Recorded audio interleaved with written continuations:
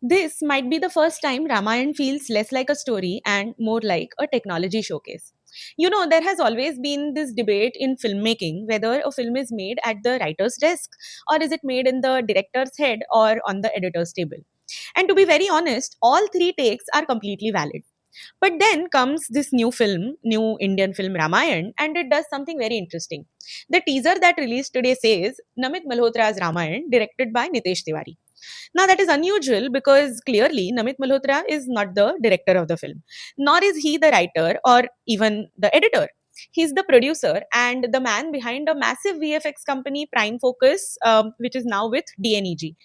And suddenly, this information tells you a lot about this film. This Ramayana looks like it is being built from the VFX first perspective.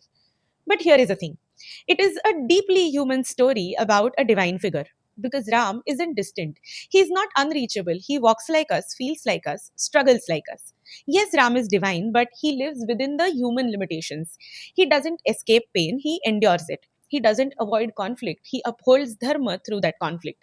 And that is what makes the Ramayana, the story, so powerful. It doesn't just tell you about a god, it shows you what it means actually to be human.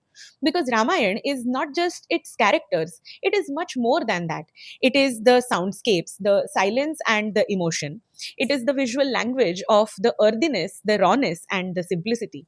And it is collective memory of how millions have seen it and felt it over centuries and centuries together.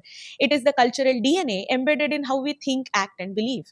And you can't recreate that with just scale. You have to actually feel it. And when you rely too much on CGI, you risk losing that human touch. Even the music by legends like A.R. Rahman and Hans Zimmer, it feels very distant. It is certainly very grand, but where is the Indianness in it? Where are the textures, the instruments, the soul that we have grown up with? The visuals too. They do look polished, but not layered, not lived in, not felt.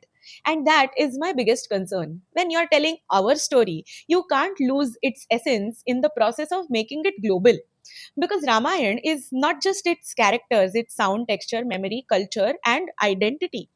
I really wanted to like this teaser, but right now it doesn't feel very promising. Let's see what happens by the time it's released. I just hope the film doesn't just look grand, but it also feels true. What do you think about the teaser? Did you enjoy it, or do you have the same emotions as me? Let me know in the comments. Thank you.